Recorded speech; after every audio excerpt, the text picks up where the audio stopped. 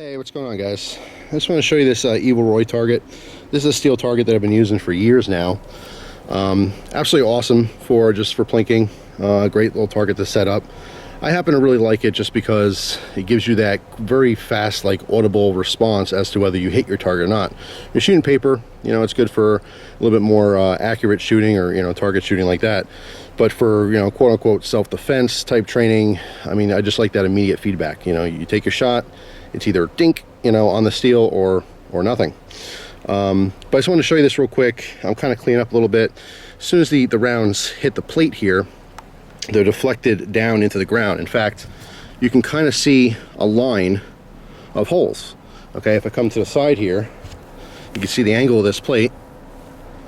So obviously the round's coming in, hits the plate, and comes down on a you know, backwards angle into the ground. And there's that whole row of holes in the ground where the rounds actually hit. What I like to do eventually is have a dedicated spot for this and put it in a little bit of a sandbox. I might be able to, I don't know, make a horseshoe pit or something, you know, so it's like dual purpose. But I'd like these rounds to come down into sand and then maybe eventually collect them. I don't want to pollute the ground with a bunch of lead either. So what I was going to show you before, in my hand here are some bullet fragments. This is mostly the plating, the copper plating, you know, on those rounds that peel off as soon as it hits. Some of that plating comes off, you know, and scatters all around the front of the target here, and then of course the round goes down into the ground. But you know, just interesting. I love shooting steel.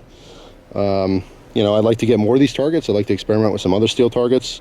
Just a lot of fun. They're relatively safe. Of course, you know, shooting metal, there's always a chance of a ricochet, but because of the angle here, you know, it's relatively safe. I've never had any kind of ricochets whatsoever, but it doesn't mean you can't miss and hit the stand and have a ricochet back. So some people stay away from them. You know, I haven't had a problem with it. I have thousands of rounds at this target, and I, you know, continue to use this target in the future.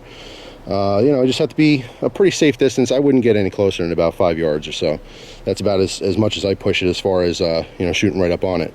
But I'm also going to maybe experiment in the future with some other, you know, softer targets as well. So anyway, I just want to make a quick video on that. I do get questions occasionally, just about shooting steel targets in general. You know, is it dangerous? You would think that they would just bounce back and hit you.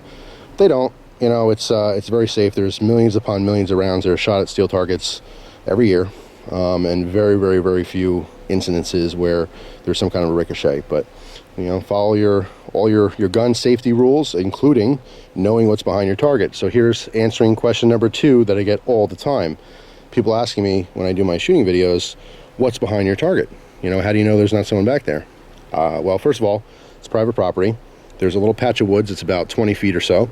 And then there is a massive hill.